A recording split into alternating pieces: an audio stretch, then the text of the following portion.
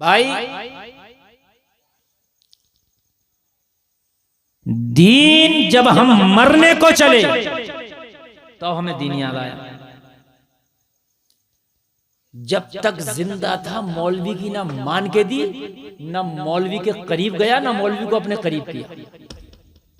जट चल रहा था मौलवी से, जट चल रही थी, जट के फला मौलाना उससे तो मेरी जट चल रही है, उसे मत ले आइए। सही बता रहा हूं।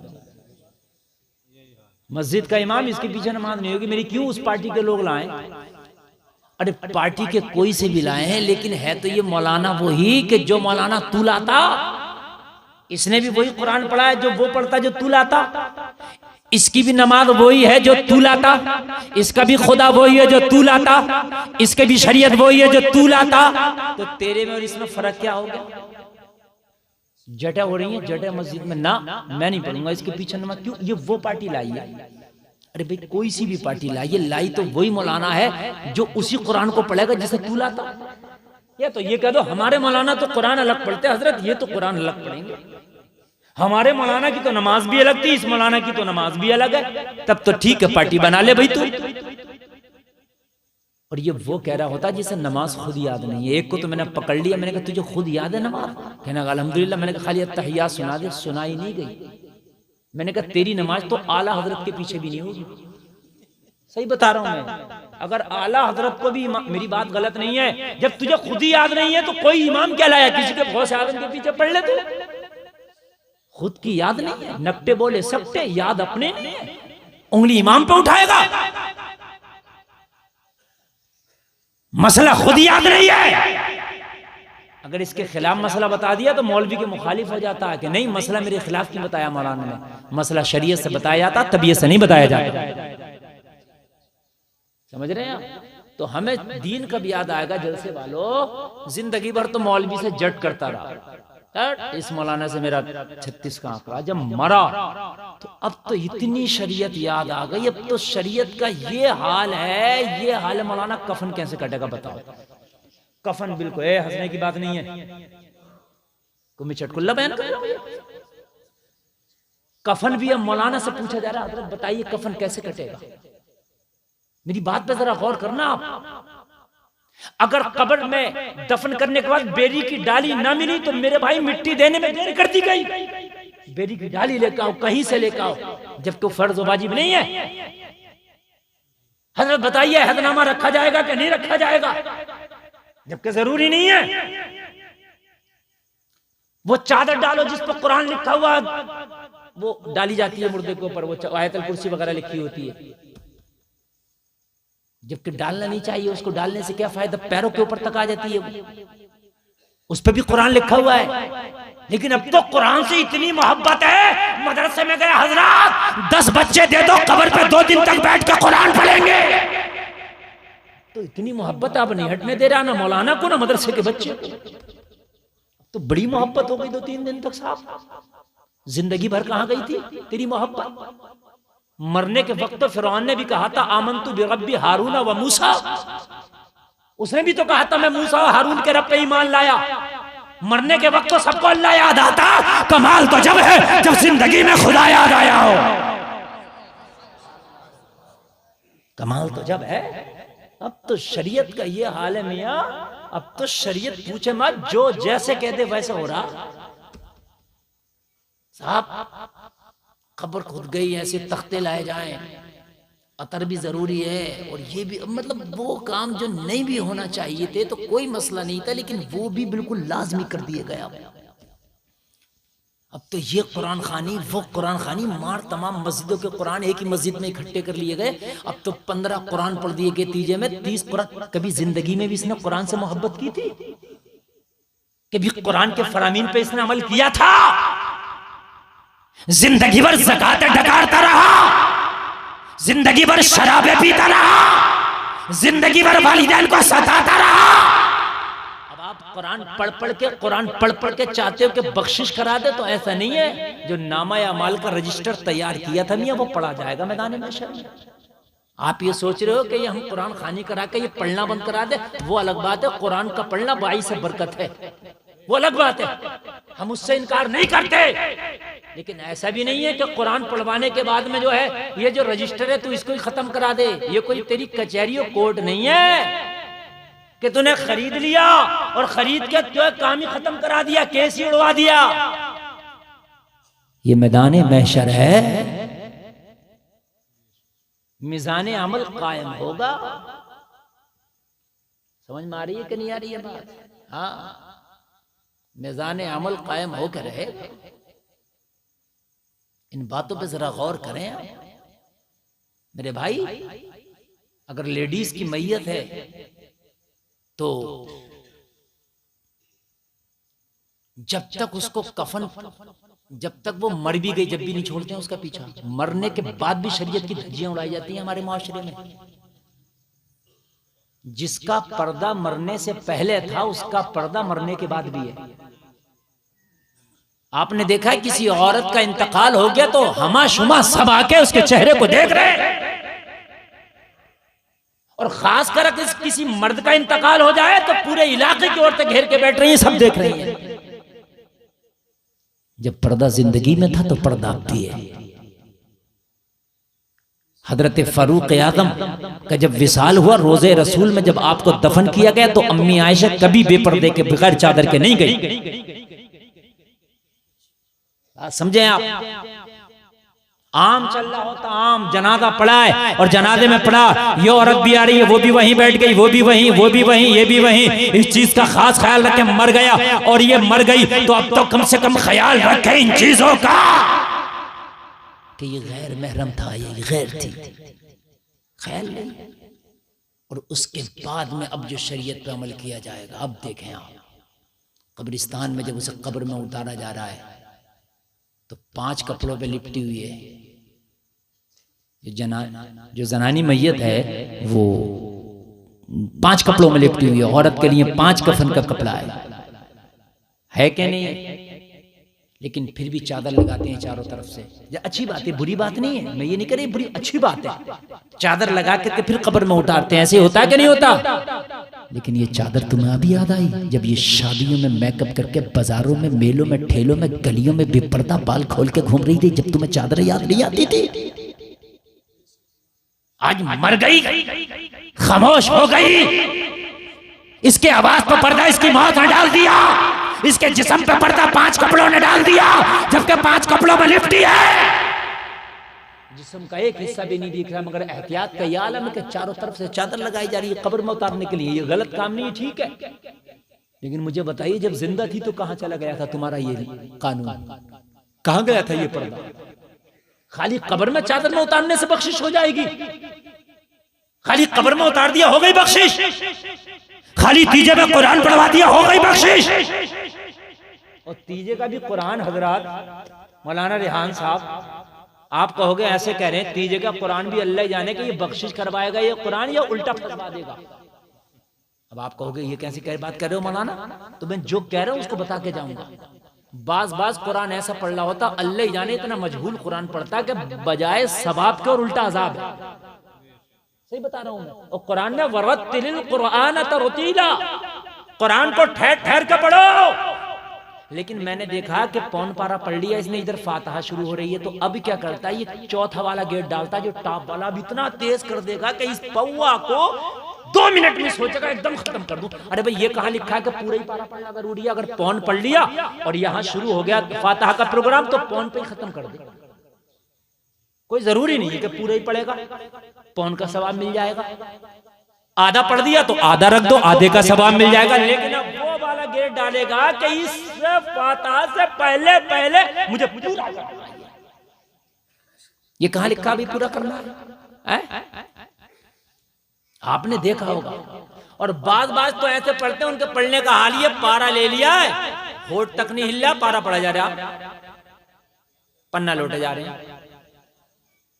भाई ये कौन सी पढ़ाई है? और बहुत से नमाज में ऐसे पढ़ते हैं, ऐसे अल्लाह अकबर आके हाथ बांध लिया उन्होंने, अब हजरत कुछ बोली नहीं, जबान तो न मुंह हिल रहा है उनका, ना होठ हिल रहे हैं, ना जबान तो कोई लफ्ज निकल रहा है, ऐसे खड़े हैं। जब टाइम आया तो रुकू में आ गया। अरे ये कौन सी नमाज है? क़िराअत बिस्सिर का भी हुक्म यह है कि इतनी जोर से पढ़ो कि खुद सुन सको। कम से कम खुद सुन सको। बहुत से लोग खड़े पता ही नहीं है नमाज पढ़ी है। तो जब तक के तुम दीन नहीं सीखोगे, जब तक अल्लाह से नहीं डरोगे, जब सीख जाओगे, जानने वाले बन जाओगे, तो अल्लाह से डरने लग जाओगे, डरने लग जाओगे। भाइयों, आप देखते हो कि अगर 2 साल के बच्चे के सामने 11,000 की लाइन का तार नंगा डाल दो तो बच्चा छू लेगा, चाहे मर क्यों ना जाए। लेकिन अगर 20 साल के नौजवान के सामने कहो कि 1 लाख रुपये देंगे, 11,000 की लाइन का तार जा रहा, छू ले, तो नहीं छूगा। सही बात है कि नहीं है? इसने क्यों छू लिया और इसने क्यों नहीं छुआ, इसका फर्क बता दो। नहीं समझ में आया? इस 2 साल के ने क्यों छू लिया, इसे 11,000 की लाइन के मर गया है छूके, और 20 साल के ने 1 लाख रुपए लेके भी नहीं छुआ। फर्क ये था कि ये 2 साल का बच्चा जानता नहीं था कि ये है क्या, इसलिए छू लिया।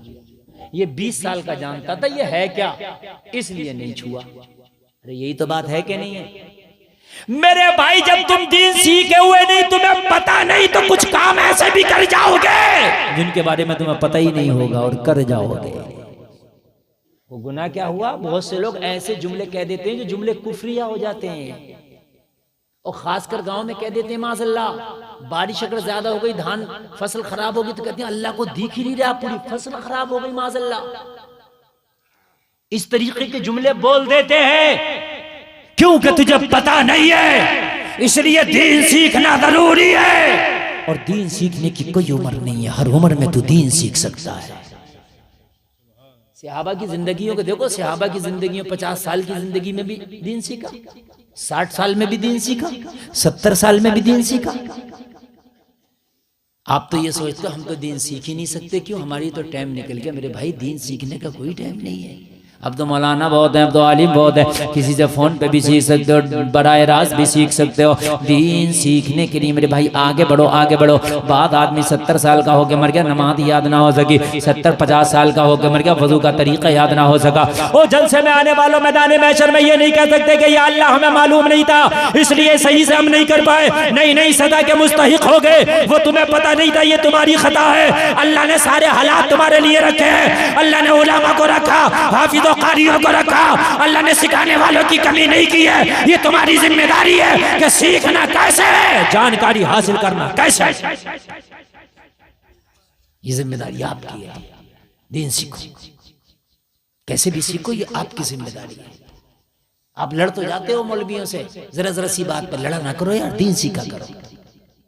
जो तुम्हारे काम की चीजें वो सीखा करो। मरने के बाद ना, मरने के बाद कितने भी तुम फिर तुम्हारे लिए इंतजामात हो जाए, कुछ नहीं है। और मेरे भाई कान खोल करके सुन, मैन हिसाब तेरे मरने के बाद का नहीं होगा, तेरे मरने के पहले का होगा। मेरा जुमला याद रखना, मरने के बाद का हिसाब नहीं होगा कि बताओ कितनी तरह के फलों पे फातहा कराई थी इसकी। फातहा तो एक फल पे भी करा दो जब भी हो जाएगी, फल ना हो तब भी हो जाएगी। फातहा के लिए फल जरूरी नहीं है, बिरयानी जरूरी नहीं है। फातहा इसाले सवाब के लिए करते हैं, हो गई, चलो रख लिया तो कोई बात नहीं, शीरीनी बन गई। ये पूछा जाएगा कि ये बता जिंदगी में कमाया कैसे था और इसे खाया कैसे था, ये बता, ये पूछा जाएगा। ये सारी चीजें मेरे भाई डर निकल गया इसलिए कि दीन के बारे में मालूम नहीं। हाय हाय हाय, जलसे में आने वालों जरा गौर करो, गौर करो। एक खातून इमाम मालिक की बारगाह में आई, वो इमाम जो शरीयत का इमाम है, जो शरीयत के 4 इमाम है उनमें एक इमाम इमाम मालिक है। उनकी बारगाह में आई, कहने लगी हुजूर एक मसला मालूम करना चाहती हूँ। हाय हाय, जरा गौर करें। इमाम मालिक ने फरमाया खातून एक कोने में बैठ जाओ, कुछ लोग मेरे पास हैं, उनके मामलात को हल कर दूं, उसके बाद आना। एक कोने में बैठ गई। सारे लोगों के मामलात को इमाम मालिक ने सुन लिया और सुनने के बाद में फिर खातून को बुलाया, आओ लोगों जरा गौर करो। खातून आई, बैठ गई, चादर से अपने चेहरे को छिपाए हुए है, बैठ गई। आज करती हुजूर एक छोटा सा मसला है जो मुझे दरियाफ्त करना है। कहा फरमाओ, कहा बोलो। लोगों जरा गौर करो यार, इसको कहते हैं दीन, इसको कहते हैं शरीयत, इसको कहते हैं कलमा पढ़ने वाला या कलमा पढ़ने वाली। आज हमें तो पता ही नहीं है यार, जो गैरों के तरीके वो हमारे तरीके हैं, जो गैरों के काम वो हमारे काम है। बल्कि हकीकत बात तो ये है कि जब आज पूरी दुनिया का जायजा लिया गया कि पूरी दुनिया में सबसे ज्यादा फैशन और सबसे ज्यादा मेकअप कौन से मुल्क में होता है, तो सबसे ज्यादा फैशन और मेकअप वाला वो मुल्क निकला जो सिर्फ बनाई कलमा ला इलाहा इल्लल्लाह की बुनियाद पर था। आपका पड़ोसी मुल्क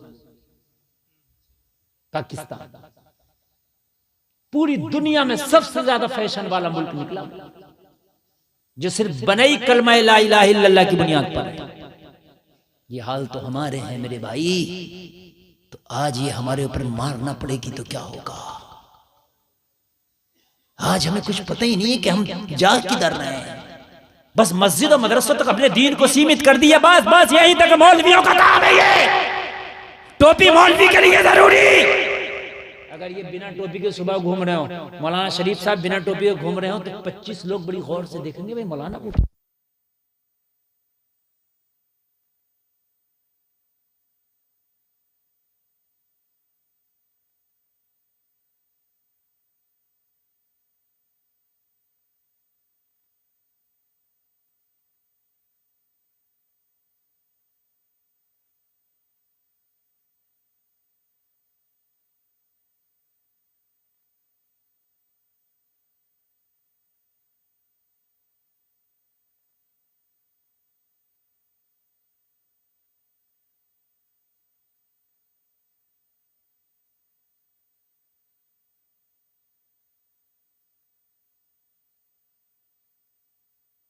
नमाज पढ़ाने वाले इमामों के लिए नहीं है, दीन हल कलमा पढ़ने वाले के लिए हर कलमा। अच्छा, ये कमेटी वाले क्या कर रहे हैं, कभी 10 उठ के उधर जाते हैं, जैसे जनरेटर बंद होता 10 उठ के भागते हैं। देखो वो जाने देखो देखो 5-6 पूरा जत्था जा रहा है। जाओ बेटे, कितना जाओगे, मैं भी देखूंगा तुम्हें कहां तक जाओगे, भागो कितना भागोगे।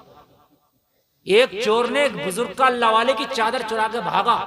अल्लाह वाला कब्रिस्तान के रास्ते पे जाके बैठ गया। कहा चोर को नहीं पकड़ता, कहता भाग नहीं दे, कितना भागेगा, आगा यही को भाग, कितना भागेगा, कहां तक भागेगा, आगा यही। बहुत से लोग तो आते हैं, मजे की बात है, नहीं हो रही जलसे में। मेरे भाई ये जलसा मजे के लिए नहीं, जलसा इस्लाह के लिए है। सुभान अल्लाह, सुभान।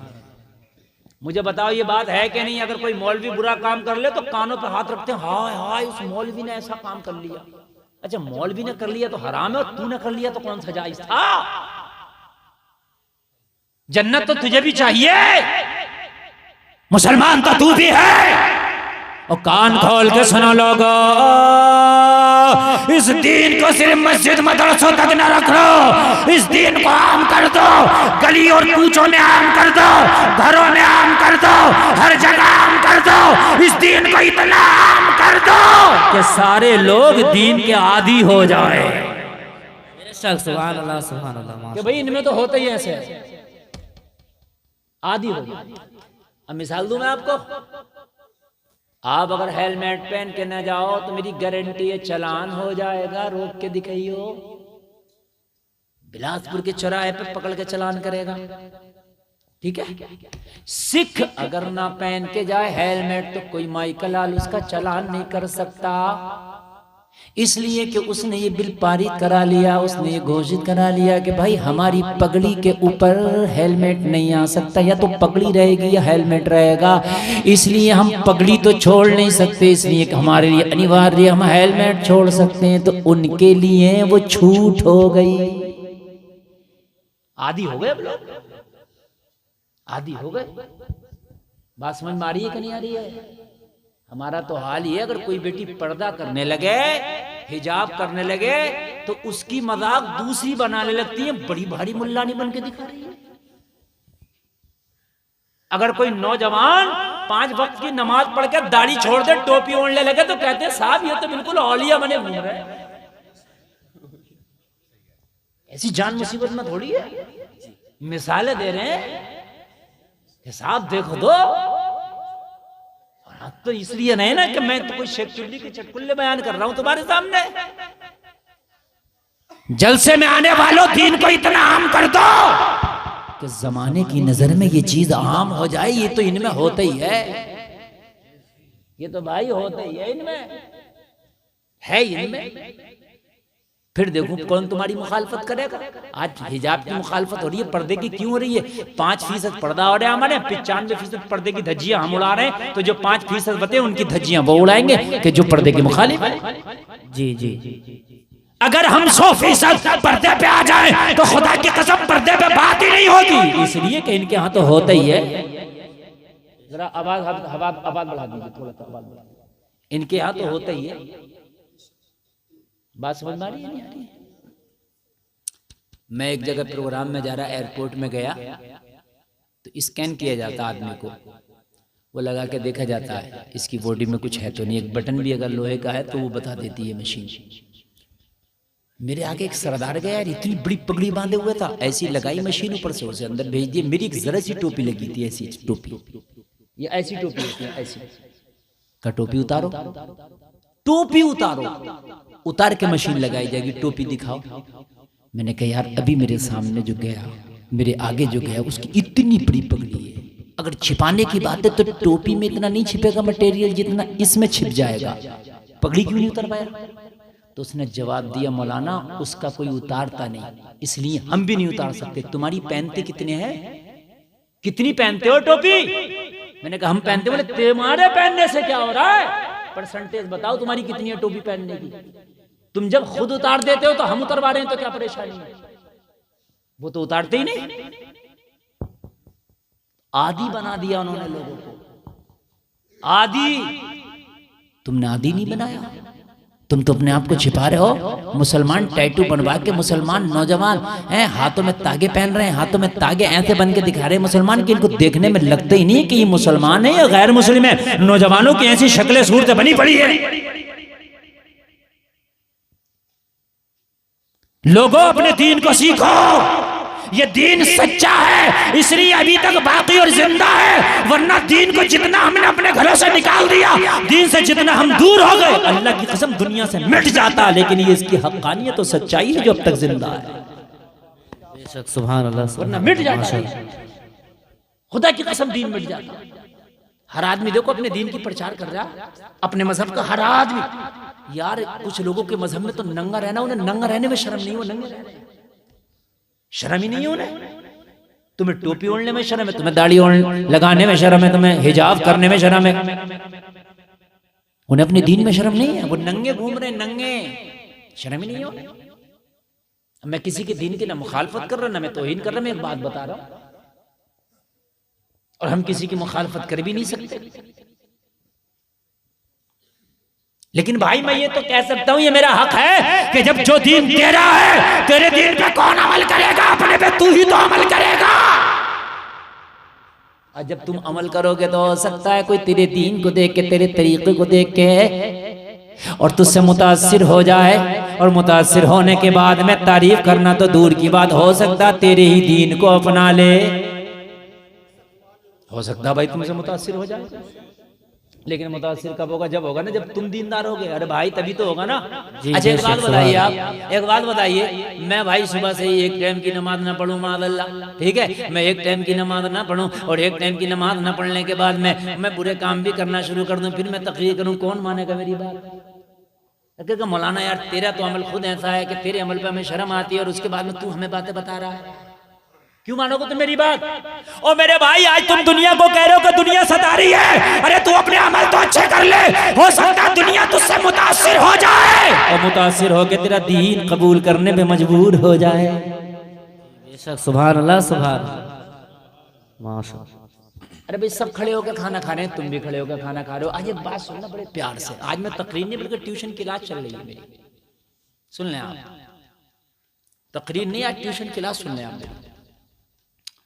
भाई एक बात बताइए, जब एक चीज मार्केट में आई नहीं तो हमें पता क्या ये अच्छी है बुरी है? बात समझे आप? भाई अरे मेरा मोबाइल का लग गई है, ये मेरा मोबाइल है ओप्पो का, ये मार्केट में ही नहीं आता तो क्या पता चलता ये बुरा है अच्छा है। अब ये मार्केट में आया, इसे इस्तेमाल किया तो इसकी बुराइयों का भी पता चल गया, इसकी खूबियों का भी। बात है कि नहीं है? जब हमने लोगों के सामने इस्लाम पे अमल ही नहीं करके दिखाया तो रामतार को पता क्या क्या इसकी अच्छाइयां क्या और बुराइयां क्या है? नहीं बात समझे आप यार? आप ये कहते हो कि हमसे लोग मुतनफिर क्यों आए? हमारे पास आ क्यों नहीं लोग? तो क्यों आए? कोई दुकान तो लगाओ अपनी, माल खरीदने जब भी तो आएंगे। लोग शोरूम खोले पड़े, तुमने खोखा भी नहीं लगाया तो तुम्हारे पास क्यों आएंगे? भाई सब खड़े होकर खाना खा रहे हैं, तुम भी खड़े होकर खाना खा रहे हो। सब झूठ बोल रहे हैं, तुम भी झूठ बोल रहे हो। सब शराबे पी रहे हैं, तुम भी शराब पी रहे हो। जो बुराइयां और कर रहे हैं वो तुम भी कर रहे हैं। तो पता कैसे चले कि तुम में अच्छाइयां क्या है? कैसे पता चले? कुरान खुद तो बोलेगा नहीं कि मेरे अंदर ये मेरे अंदर ये। कुरान को तो हम अमल करके लोगों को प्रैक्टिकल करके बताएंगे कि ये है कुरान। बोलो बात भाई, बात है कि नहीं है? खुदा की कसम अगर हमारी जिंदगी सही हो जाती तो रब्बे काबा की कसम खा के कहता हूं, मेरे गौसे आजम ने बचपन के आलम में सफर किया, डाकुओं ने रोक लिया और रोक के कहा अब्दुल कादिर सबको लूट लिया, तेरे पास क्या क्या? 40 अशरफियां दे दी। आज का सोचेगा बड़े बेवकूफ थे माज़अल्लाह अब्दुल कादिर, दे दी क्यों दे दी भाई? लेकिन वो चालाक थे। मैंने आलम तसव्वुर पूछा है मेरे गौस क्या जरूरत थी 40 अशरफियां देने की? तो कहा नहीं, मैंने सौदा फायदे का किया, मुझे अशरफियां नहीं बचाना थी, उनका ईमान बचाना था। मुझे अशरफियां नहीं बचाना थी, मुझे उनका ईमान बचाना था। मैंने अशरफियां दे दी और उनको तौबा करा के ईमान की हिफाजत करा दी। ये मेरे अब्दुल कादिर का किरदार था। मगर कब तौबा कराई? जब खुद सच बोले तो पता चला कि सच्चाई होती क्या है। बेशक बेशक, तब पता चला सच्चाई। अच्छा आप सच ना बोलते तो फिर पता क्या चलता सच्चाई क्या होती है? बोलो भाई सच्चाई क्या होती है? पता क्या चलता? जब खुद सच बोले तो पता चला सच्चाई यार इस्लाम में तो यही मतलब अच्छा है, यही ठीक है, इसी पे अमल करो, इसी को कबूल करो। अरे खुदा की कसम तुम्हारे बच्चों को देख के दुनिया ने सीख हासिल की थी। आओ मैं तुम्हें बताऊं, हजरत हबीब अजमी कल्ला वाले इनकी बारगाह में एक शख्स आया जो बहुत बड़ा गुनाहगार था, कोई गुनाह छोड़ा नहीं था जो कर न लिया था। अर्ज करने लगा हुजूर, हबीब अजमी की बारगाह में बैठा और बैठ के रोते रोते अर्ज करने लगा हुजूर मैं कुछ कहना चाहता हूं अगर आप इजाजत दें। हबीब अजमी फरमाते हैं बोल क्या कहना चाहता है? कहने लगा हुजूर मेरी जिंदगी गुनाहों की दलदल में फंसी थी, कोई गुनाह था नहीं जो मैंने छोड़ा हो, मैंने हर गुनाह कर लिया था। हबीब अजमी ने फरमाया फिर क्यों आया है? हर गुनाह कर लिया था। तो कहने लगा हुजूर क्या बताऊं, गुनाह तो सब कर लिया था मगर मुझे एक 12 साल का दीनदार बच्चा क्या मिला, उसकी जिंदगी को देख के मेरी जिंदगी पलट गई, उसे देख के मेरी जिंदगी संवर गई। अरे आइडियल बनने के लिए भी तो कोई होना चाहिए। जब हम दुनिया और जमाने के सामने आइडियल बनेंगे ही नहीं तो जमाना समझेगा कैसे कि इस्लाम है क्या? भी बताना पड़ेगा ना इस्लाम क्या है यार। बात है कि नहीं? बताना पड़ेगा। अब हमने बताया ही नहीं किसी को भी, हमने तो मौलवी में छोड़ दिया, इनका काम है ये बताएं। तो ये बेचारे कहाँ बताएंगे? मस्जिदों में बताएंगे, मदरसों में जलसों में बताएंगे, और ये कहाँ बताएंगे? तेरा अमल बताता पूरी दुनिया को इस्लाम क्या है। तेरा अमल के इस्लाम क्या है?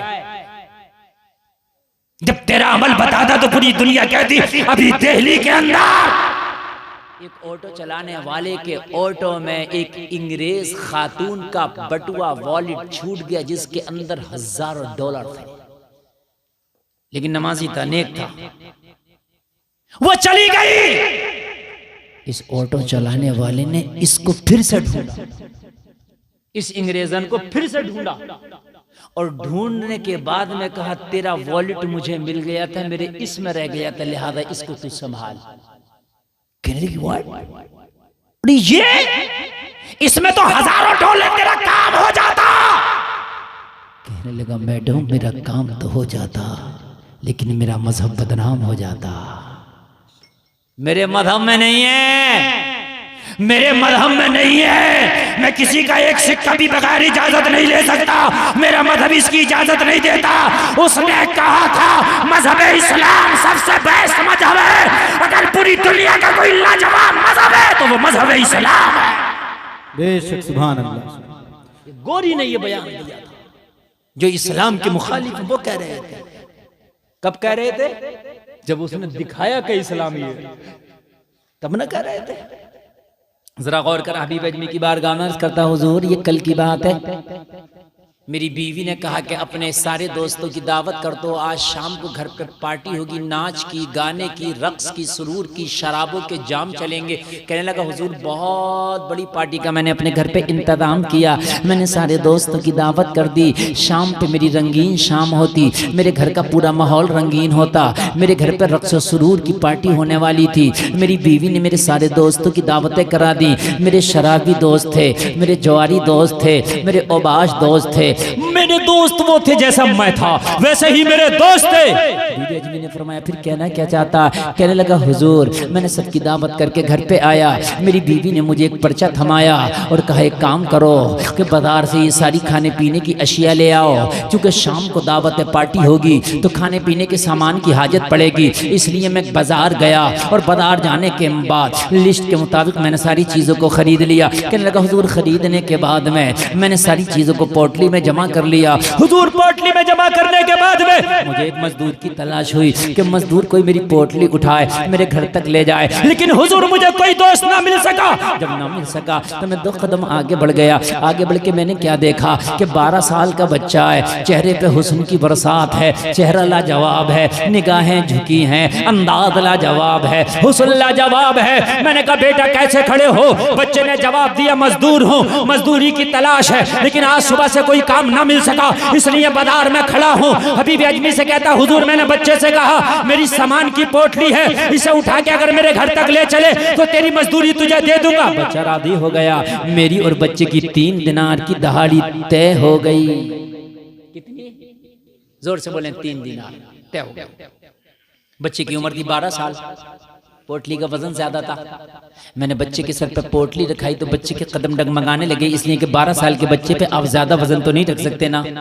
लेकिन कहने लगा हुजूर मैं तो बहुत जालिम आदमी था, मुझे बच्चे के ऊपर तरस ना आया, रहम ना आया। मैंने कहा जल्दी लेके चल। बच्चा कांपने लगा, बच्चे का सांस फूलने लगा, बच्चे के पसीने में कपड़े भीग गए, लेकिन हुजूर मुझे तरस नहीं आया। मैंने 3 दिनार के बदले बच्चे पे जुल्म करना शुरू कर दिया। बच्चे के सर पे मैंने पोटली रख के वजन ना देखा, बच्चा चलता रहा, कदम डगमगाता रहा, बच्चा चलता रहा, सांस फूलता रहा, बच्चा चलता रहा, बच्चा पसीने में नहाता रहा। मुझे तरस नहीं आया, लेकिन हुजूर एक लम्हे के लिए मुझे जर्रा बराबर भी सोच ना आया कि मैं बच्चे पे जुल्म कर रहा हूँ। लेकिन जब चलते चलते मेरा गुजर एक बस्ती से हुआ, जोहर का वक्त था, दोपहर का वक्त था, मस्जिद में जोहर की अजान होने लगी। बच्चे के कान में जैसे ही आवाज आई, बच्चे ने पोटली जमीन पर रख दी। मैंने कहा बेटा क्या हुआ, क्या थक गए? बच्चे ने कहा थकने की वजह से पोटली जमीन पे नहीं रखी है। बात थकने की करता है तो थक तो बहुत पहले गया था। मेरी औकात इस पोटली को ले जाने की नहीं है, मेरी मजबूरी मुझे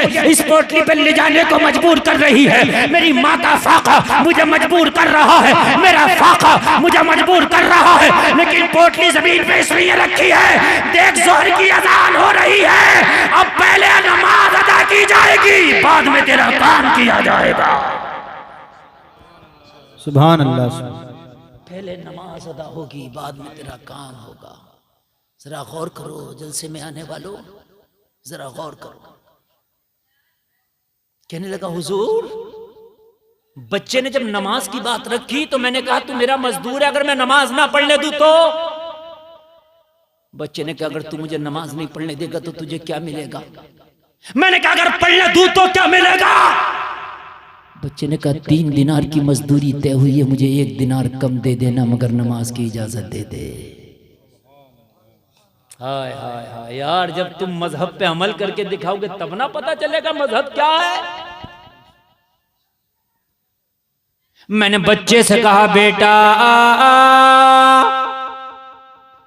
अगर मैंने 1 दिनार कम कर लिया, तुम्हारी माँ शाम को पूछेगी रोजाना 3 दिनार लाते थे, आज 1 कम क्यों है, तो जवाब क्या दोगे? तो बच्चे ने कहा, मेरी माँ मजदूरी का हिसाब बाद में लेती है, एक हिसाब और है जो मुझसे पहले लेती है। हबीब आजमी ने कहा, वो कौन सा हिसाब है? तो कहा, बच्चे ने जवाब दिया, जब मैं शाम को जाके माँ की हाथ में मजदूरी की रकम देता हूँ तो मेरी माँ कहती है, ये रकम बाद में देना, पहले नमाजों का हिसाब दे, जोहर कहाँ पढ़ के आया है, असर कहाँ पढ़ के आया है, मगरिब कहाँ पढ़ के आया है। अगर मेरी एक नमाज भी छूट जाए तो मेरी माँ मेरी मजदूरी का पैसा कबूल नहीं करती। मेरी माँ कहती है, जो पैसा जो रकम जो दिरहम और दीनार नमाज छोड़ के कमाया गया है, मैं उसे अपने इस्तेमाल में नहीं लाऊंगी। फाके से सो सकती हूँ मगर इनका इस्तेमाल नहीं करती। बेशक, सुभान अल्लाह, सुभान अल्लाह। नारे तकबीर, नारे रिसालत, मसलके आला हजरत मुफ्ती मोहम्मद गुलफान रज़ा साहब क़िबला, नारे तकबीर, नारे रिसालत। जरा गौर करें, जरा गौर करें मेरे भाइयों, जरा गौर करें। कैसी माँ होगी? आज अपने बच्चों से पूछते हो तुम कि मेरे बच्चे ये तो बताइए, कमाई लाया था, इसका हिसाब दे, कमाता कैसे, कहां से, कहीं हराम तो नहीं है इसमें? नहीं पूछते हम। हमारे बच्चे अगर कोई वो चीज ले आए कि जो हमारे पास नहीं है, फिर भी पूछने की कोशिश नहीं करते। सही बात तो यह है, अगर तेरा बच्चा स्कूल पढ़ने जाता और एक उसके बस्ते में पेंसिल भी ज्यादा हो तो पूछ, मेरे लाल ये पेंसिल तो मैंने तुझे खरीद के नहीं दी थी, तेरे बस्ते में कहां से आ गई? कहीं उस बच्चे कितनी जो तेरे पड़ोस में बैठ के पढ़ रहा हो, कहीं उसकी पेंसिल तो तेरे बस्ते में नहीं आ गई? अगर ऐसा हो तो मेरे लाल कल जाके वापस कर देना। तब बराबर वाले को पता चलता कि ये कलमा पढ़ने वाले का बच्चा है। तब पता चलता कि कलमा पढ़ने वाले ऐसे होते हैं। तब पता चलता कि कलमा पढ़ने वालों का यार मयार लाजवाब होता है। कहने लगा, मेरी माँ मेरी इस रकम को बाद में पूछती है, पहले नमाजों का हिसाब लेती है। हाय हाय हाय। हबीब अजमी से कहता, हुजूर मेरे दिल पे चोट लगी, मेरे दिल में कालिक थी गुनाहों की, मेरा दिल गुनाहों के दलदल में डूबा था, लेकिन हुजूर बच्चे की ज़बान से निकले हुए जुमलों ने मेरे दिल को मुसख्खर कर दिया, मेरे दिल को मौम कर दिया। मुझे तो ऐसा लगा कि जैसे गुनाहों के दलदल में पड़े रहने से कोई कुछ नहीं होगा। हाँ, ये 12 साल का बच्चा, नमाजों की कितनी अहमियत है, 12 साल का बच्चा, अक्ल हलाल की कितनी अहमियत है। हाय, किस माँ ने पढ़ाया हो, और किस बाप का बेटा होगा? मैंने कहा, बेटा जा नमाज पढ़ ले और तुझे तेरी मजदूरी भी पूरी दे दी जाएगी, कम नहीं करूंगा। करें मजहब इस्लाम पे अमल सख्ती के साथ, खुदा की कसम किस्मत का मिलकर रहेगा। आप सोचते हैं कि नमाज पढ़ूंगा तो यार खेती कौन करेगा, नमाज पढ़ूंगा दुकान कौन बेचेगा, नमाज पढ़ूंगा कारोबार कौन करेगा? किस्मत का मिलकर रहेगा। तेरी किस्मत का तो अल्लाह तेरे दुश्मन से भी दिला देगा, दुश्मन से भी। ख्वाजा की चौखट पे जाके एक फाका कश बोला, ख्वाजा भूख लगी है, खाने का इंतजाम हो जाता। तो कोई बदअकीद आया, कहने लगा, इनसे क्या मांग रहा है, तो मुर्दा है, वही 24 नंबर अकीदे वाला। तो इसने कहा, फिर तू दे दे, ला तू दे दे। इसने निकाला जेब से 10 का नोट या जो भी उसके खुराक का इंतजाम, तका ले। तो ये मस्ताना बोला, वारे ख्वाजा तेरी अजमत, दिलाया भी तो मुनकिर से, दिलाया भी तो गैर से। तो अल्लाह अगर चाहे दिलाने पे आ जाए ना, तो तेरे दुश्मन से दिला देगा तुझे। क्या रिस्क रुक सकता है? कोई माई के लाल रिस्क रोक लेगा? मुझे बताएं आप। अगर आपको यकीन ना आए तो थोड़ी सी बात बता दूं मैं आपको। जब तुम पैदा हुए थे, आवाज नहीं आना चाहिए मुझे किधर से भी। मेरी तकरीर 1 घंटा होने वाली है, अगर आप सुनेंगे तो सुनाऊंगा, नहीं सुनाएंगे तो मैं खत्म कर दूंगा। बोलिए क्या आपका फैसला है? सुनाऊं? हाँ तो आप सुने। बहुत अच्छा और बहुत कामयाब जलसा चल रहा है। आप एक भी नारा ना लगाएं, एक बार भी सुभान अल्लाह ना, कि मुझे कोई टेंशन नहीं है, मैं बोलता रहूंगा इंशाअल्लाह। एक बात बताएं, आज तो आपकी दुकान है, कारोबार है, आज हालात है, आलात है आपके पास, तो अब डरते हो भूखा मरने से? जब तू पैदा हुआ था तो तेरा क्या कारोबार था, मुझे बता। तू कहेगा मेरे अब्बा की बसें चलने दी, ट्रक चले, तेरे अब्बा के थे, तेरा क्या था? तेरा अब्बा तो खाना खाता था, रोटी खाता था, तू खा लेता खाना जब पैदा हुआ था तो? बोलो, नहीं खा सकता ना यार, ये तो बाद में खाया ना। किसका बच्चा पैदा होते ही रोटी खाता, गोश्त खाता, बताइए मुझे। किसके बच्चे ने पैदा होते ही रसगुल्ले खाए? किसके बच्चे ने पैदा होते ही जो है साहब ये मुर्गे बकरे और ये हलवे और माड़े खाए? क्या था तेरे पास? कुछ नहीं। तेरी माँ थी, माँ के पिस्तान से तो दूध पीता था नहीं? अल्लाह ने तेरी रोजी का इंतजाम तेरी माँ के सीने में रख दिया। और कैसे रखा? तेरी माँ खाना खाती थी, पानी पीती थी। अल्लाह ने क्या निजाम रखा? उसी खाने और उसी पीने में से अल्लाह ने दूध निकाला। और दूध उन्हीं रगों में हो गया जिन रगों में तेरी माँ का खून चल रहा था। अरे उन्हीं रगों में खून, उन्हीं में दूध, लेकिन खून भी दूध के रंग को मैला ना कर सका। शफाफ और साफ और लाजवाब दूध तेरी माँ के जरिए अल्लाह ने तेरे मुंह तक पहुंचा दिया। तेरी माँ की हड्डियों से, तेरी माँ के गोश्त से, तेरी माँ के खून से वो निकला, गिजा से निकला। अरे मेरे भाई, कोई फिल्टर लगा हुआ है? मुझे बताइए। अरे यार, मादा के अंदर, चाहे वो इंसानों में मादा हो या जानवरों में हो, दूध देती है, दूध निकलता, कोई फिल्टर है अंदर? लेकिन अल्लाह की कुदरत देखो, बच्चे की ग़िज़ा के, बच्चे के नसीब से अल्लाह दूध अलग करता है, खून अलग करता है, फजला अलग करता है। क्या निज़ाम कुदरत है अल्लाह का, है? जब अल्लाह ने जब नहीं रोका तो तेरी किस्मत कब रोक देगा, जब तू सब कुछ हाथ पैर मारने लायक हो गया।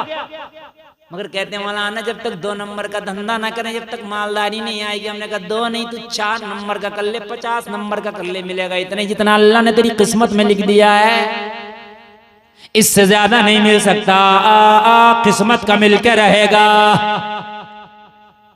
इस लड़के ने कहा चाहे 1 दिनार कम दे देना, मगर मुझे नमाज पढ़ने दो। तो कहा यार, जा दिनार भी पूरे 3 ही ले लेना। तूने मन चंगा कर दिया यार बात करके। उम्र तो 12 साल है, लेकिन यार कितना पाबंद है तू शरा का। मन खुश हो गया। हबीब अजमी से कहता, हुजूर, जो दिल में अंधेरा था, मोहब्बत का एक चिराग जल गया। और दिल में ये बात हुई कि लाओ यार, इसे इसकी पूरी मजदूरी दे दे, नमाज पढ़ने कह रहा तो इजाजत भी दे दे। दे दी इजाजत और चलने पढ़ने चला गया। नमाज पढ़ने। नमाज पढ़ने के लिए जब चला गया, नौजवान काली टोपी वाले, मेरे भैये उठने का टाइम नहीं है। मुझे बड़ी तकलीफ होती है कोई उठ के जाता है तो मैं बड़ी मोहब्बत से तकरीर कर रहा हूँ। इसलिए तकरीर कर रहा हूँ कि जलसे आसान नहीं होते, जलसे बड़ी मुश्किल से होते हैं, समझे भाइयों। और हालात ऐसे हैं कि आने वाले दौर में पता नहीं ये जलसे जो हो ना, ये भी हों कि नहीं हों। इसलिए जो मैं आपको बता रहा हूँ, ये गनीमत है, इसे सुने और अपनी झोली में डाल के जाए। लेकिन सबसे पहला जो नमाजी निकला, हबीब अजमी से कहता है ये शख्स, हुजूर वही मेरा मजदूर बच्चा था जो 3 दिनार तो मेरी पोटली मेरे घर लेके जा रहा था। मैंने कहा बेटा, इतनी जल्दी नमाज कैसे पढ़ ली? अभी तो कोई नमाजी निकला नहीं मस्जिद से। तो बच्चे ने जवाब दिया, मैंने सिर्फ 4 फर्ज पढ़े हैं जमात से, 2 सुन्नत 2 नफल रह गया, वो घर जाके पढ़ूंगा। इसलिए कि मैं तेरा मजदूर भी तो हूँ। अगर तेरे काम में ज्यादा देरी हो गई, तुझे तकलीफ हो गई, तो फिर मेरी रोजी हलाल नहीं रहेगी। हाय हाय, मसला ये है कि सुन्नत और नफल घर में पढ़े जा सकते हैं, फर्ज नमाज जमात के साथ मस्जिद में पढ़ो। हबीब अजमी से कहता, हुजूर बच्चे ने कहा तुझे भी तकलीफ देना मेरा मकसद नहीं था। इस्लाम में किसी को तकलीफ देना मकसद नहीं है। मैंने तेरा काम की जिम्मेदारी ली है, तो जितना टाइम में तेरा काम होना चाहिए उतने टाइम में तेरा काम करके भी रहूंगा। हमारे क्या होता है, अगर मजदूरी पे चला गया तो आगे कुछ सड़क ही नहीं रहा, बीड़ी पे बीड़ी, बीड़ी पे बीड़ी, बीड़ी पे बीड़ी, बीड़ी पे बीड़ी। और अगर वही ठेका ले ले तो 3 दिन का काम अकेला लपेट दे। ये क्या हो रहा है भाई? चलो 19-20 तो होता, समझ में आता, लेकिन ठेके पे 3 दिन का लपेट दिया और 700 की दिहाड़ी पे तुझे ले गए, 500 की दिहाड़ी पे ले गए, तो आगे नहीं लग रहा है। तो जायज करके खाओ भाई, हलाल नहीं है ये रोजी, हलाल नहीं होगी, हलाल करके खाओ। ऐसा देखा जा रहा, खूब देखा जा रहा है ऐसा। किसी को मजदूरी पे ले जाए तो करने तैयार नहीं है, उसे ठेका दे दो तो रुकने तैयार नहीं है, फिर तो ना रात देख रहा है ना दिन देख रहा है। कहने लगा मैं वक्त पर काम पूरा भी करके दूंगा तुझे, ये भी मेरे दीन का तकाजा है। मैंने देर लगा दूंगा, तुझे तकलीफ होगी। हाय हाय, हबीब अजमी से कहने लगा हुजूर बच्चे की बातें तो दिल में घर कर गई, दिल चाहता था इसे मुर्शद बना लूं, मैं इसका मुरीद हो जाऊं, दिल चाहता था इसे पीर बना लूं, मैं इसका मुरीद हो जाऊं, बच्चे की बातें दिल में घर कर गई। मैंने कहा बेटा एक काम करो, ये पोटली हमारे सिर पर रखवा दो, हम लेके चलते हैं, तुम्हें तुम्हारी दिहाड़ी दे देंगे। अब हमारा मन ये गवारा नहीं है हमें, क्या पोटली तेरे सर पर। हाय हाय हाय, बच्चे ने कहा नहीं ये भी नहीं करूंगा मैं। मेरी माँ ने कहा बेटा जो करना नहीं वो लेना नहीं। आज चलना ना हमारे यहाँ अस्पताल में एक मरीज भेज दिया, डॉक्टर के पास फोन कर दिया, आ गया मेरा, इसे काट चाहे कुछ भी करे मेरा हिस्सा लग रहा। और क्या कहते हैं कमीशन चल रही है, कमीशन चल रही है, मर जाएगा, मरने के बाद तेरी हालत खराब कर देगी ये कमीशन, कमीशन चल रही है। कमीशन खाता फिर रहा, पेशाब की चेकिंग पे, ब्लड के चेक करने पे, मेरे भाई उस पर कमीशन है। ऑपरेशन मरा जा रहा बेचारा, पेट का ऑपरेशन होना, गरीब ने जेवर बेचा, गरीब ने गिरवी रखा, गरीब ने क्या कहना किया, कर्जा लिया, हॉस्पिटल लेके गया गरीब अपने मरीज को। अगर किसी से जरा भी हेल्प ले लिया तो पहले अपना टिप अलग कहता है, मेरा अलग काट के रखना। क्या होगा मेरे भाई, मुझे जरा बताइए तो। और आप कहते हो कि दुनिया यार हमें जलील कर रही है, मैं तो ये कह रहा हूं कि आसमान से पत्थर नहीं बरस रहे तुम्हारे ऊपर, जो अमल है आसमान से पत्थर आ जाना चाहिए थे। आज गैर कौमों को देखो, सिख है कोई भीख मांगता नहीं मिलेगा उसमें, अगर कोई गरीब है ना तो सिख मिल मिला के उसकी मदद करके, चाहे उसको शिकंजी का ठेले ही लगवाए मगर कारोबार करा दो। हमारे यहाँ तो अगर कोई गरीब है और उसकी आधी बीघा जमीन फंस गई किसी के 50 बीघे के चक्के सामने, तो कह रहा क्या करेगा, इसमें अंजन लेके आता, इसके भी पैसे बता, काम खत्म कर इसका भी, इस कोने को क्या करेगा, इस कोने को भी इधर डाल दे। हकीकत बता रहा हूँ हजरत में, ये है मेरी कौम। वरना आज शादियों के लिए हमारे चंदे होने, बेटियों के चंदे होते हैं। हाय हाय, मैंने एक जगह देखा ठेले पे एक सिख ना शिकंजी बेच रहा है, दूसरा आया 10 रुपए की शिकंजी का गिलास 500 रुपए देके चला गया। उसने कभी 490 वापस ले, अरे नहीं तुझे मजा आ गया, क्या शिकंजी पिलाई यार तूने, मैं चंगा हो गया, चल रख 490। मैंने थोड़ी सी हटके कहा भाई क्या मसला है, 10 रुपए की शिकंजी में तुमने 500 ही दे दिए। कहने लगे मौलाना जी मसला ये है, मेरी बिरादरी का आदमी है, गरीब है, तभी तो ठेला लगा कर रोड के किनारे खड़ा है, ये अमीर तो है नहीं। बात तो सही है। तो कहने लगा यार मेरा मन कर रहा था इसकी मैं मदद करूं, तो मैं ये कहता ले 490 मदद कर रहा हूं तेरी, तो शर्मिंदा हो जाता। मुझे शर्मिंदा नहीं करना था, मदद करना थी। मैंने इनाम के नाम पे अपने भाई की मदद कर दी। हमारे यहाँ तो मस्जिद में अगर 10 रुपए दे दे, जब तक 2 बार ऐलान ना करा लेगा, जब तक इस नफ्स को सुकून नहीं मिलता। इमाम साहब मेरे 10 रुपए का तो ऐलान ही नहीं हुआ, यहाँ तो देता भी है तो जलील करके, समझ रहे हैं साहब, जलील करके देता है, जलील करके। मौलाना रेहान साहब ने बच्चे को पढ़ाया, मौलाना शरीफ साहब ने बच्चे को पढ़ाया, मौलाना राशिद मरकजी ने बच्चे को पढ़ाया, 10 साल में पढ़ा के निपटाया। उसकी दस्तार हुई, अब्बा एक जोड़ा लाया तो पूरे जलसे में अब्बा ने, फला के अब्बा ने इमाम मौलाना साहब को एक जोड़ा दिया, पूरी जमीन लिखवा दी उसके नाम। ये शर्म नहीं आती तुझे? मेरी बात गलत है क्या? ऐसे उसमें नाम लिखवाएगा, ऐसे लाएगा उसे सहला के पिन्नी में 25 रुपए मीटर के थान को, कि जैसे लगता है ना पूरी घर नाम करा दिया मौलाना का। अरे चुपके से दे देता मौलवी को तो क्या और ज्यादा दे देता तू? रिश्वत देता अधिकारियों तो चुपके से कोई देख ना ले, बाबूजी रख लो, वो आके जिक्र भी नहीं करता। मस्जिद में दे दिया तो ऐलान, मदरसों में दे दिया ऐलान, मौलाना को दे रहा है तो ऐलान, रुस्वा करके रख दिया। जमातियों ने हिजड़े को कलमा पढ़ा दिया, कलमा पढ़ा के उसका नाच गाना सब बंद करा दिया और उधर लगा दिया इधर नमाजों में। और जहां जाए माशाल्लाह, ये पहले नाचते थे, ये पहले ढोल बजाते थे, माशाल्लाह भी इन्होंने तौबा कर ली। जहां जाए माशाल्लाह ये नाचते थे। कहने लगा भाई तुम्हारी टोपी ये और पगड़ी ये, इतना बदनाम तो मैं पहले भी नहीं था जितना तुमने अब कर दिया मुझे। इतना बदनाम तो मैं पहले भी नहीं था जितना तुमने मुझे अब कर दिया यार। जहां जाओ भाई इज्जत का जनाजा। अरे भाई जब नाचता था, अब तो कम से कम यार लाज रखो। हद हो गई है साहब। अगर मौलाना को कुछ दे भी दिया, कुछ कर भी दिया तो ऐलान पे ऐलान, ऐलान पे ऐलान, जब तक उसे जलील न कर देगा। मुझे बताओ मेरे भाई कहां जा रहे हो आप, किधर जा रहे हो? इस्लाम के कवानीन पे अमल नहीं करोगे, लोग तुम्हें जलील करेंगे। आप खैरियत के लिए जाते हो किसी बीमार की, एक तो वो बीमार पड़ा, 1000 रुपए रोज की दवा चल रही है, कारोबार में ताला लग गया, बच्चे छोटे छोटे, और जाके हम खाना भी वहीं खाते हैं, नाश्ता भी वहीं करते। क्या करने हो? खैरियत लेना। खैरियत लेना आया तू और जमीन में घुसाने आया। 1000 रुपए रोज की इसकी दवा चल रही है और 10 लोग सुबह से लेकर शाम तक खैरियत के लिए आ गए। एक आदमी के नाश्ते में 200 रुपए उठ जाते हैं। क्या आप समझ रहे हैं? मेरी बात गलत तो नहीं है? और खाना और नाश्ता मामूली सा कर लियो आप, कितना भी हल्के हाथ से 500 का नोट जाने जाना है। ये बात भी मेरी गलत नहीं होगी, इससे भी आप मुत्तफिक होंगे। अगर 5 लोग सुबह से लेकर शाम तक खैरियत के लिए आ गए तो नाश्ते और खाने में 1000-1500 लुढ़कना कोई बड़ी बात नहीं है। तो 1000-1500 इस गरीब के दवा में चल रहे, तो 1000-1500 भी इसमें लुढ़क रहे। बच्चे बेचारे कर्ज के बोझ तले दब गए, बाप के कारोबार में ताला लग गया, आखिरकार गरीब मर गया।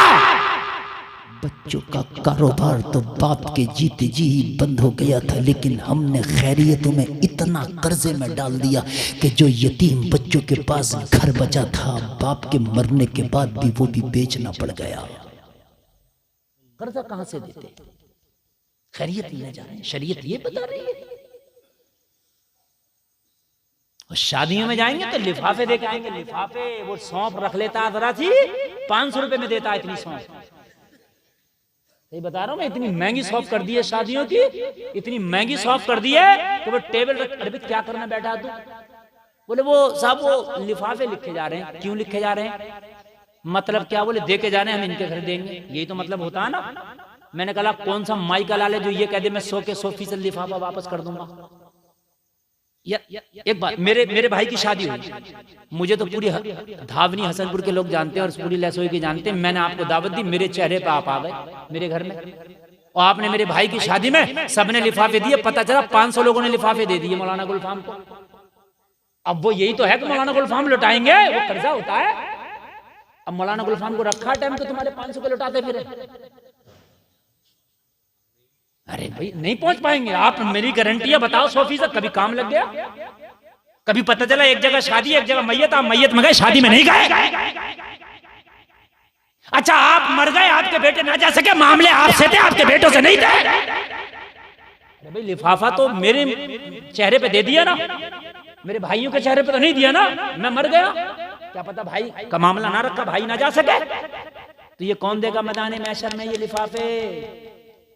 पूछो मौलाना शरीफ साहब से, देना पड़ेंगे ये लिफाफे। कहां से दोगे? ये कर्जा है, और कर्जे की नियत से दिए भी जाते हैं और कर्जे की नियत से लिए भी जाते हैं। और बहुत से तो लिफाफे ऐसे हैं कि कॉपी में लिखने वाले हैं लिखे, वो आज तक नाम ही ना पड़ेगा, देखे कौन गया था। ये बात भी सही है। अगर 100 है तो उसमें 2-3 नाम ऐसे होते हैं वो पढ़े ही नहीं जा रहे, ऐसे भी होते हैं। क्या लिख दिया इसमें?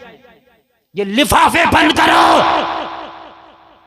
ये चाहे खाने मुख्तसर करो शादियों में, अगर हिसाब नहीं है तो शादियों में खाना मुख्तसर करो, मगर ये कर्जे बंद करो। तेरा कोई भाई बीमार है तो जब उसकी खैरियत के लिए जा तो कर्जे के तौर पर नहीं, बल्कि उसके हाथ में वापसी में 100-500 का नोट दबा के, यार कुछ खाने के लिए लाना चाहते थे, हम नहीं लाए, पता नहीं डॉक्टर ने क्या मना किया, क्या इजाजत दी है, इसलिए ले, जो दिल करे वो खा लेना।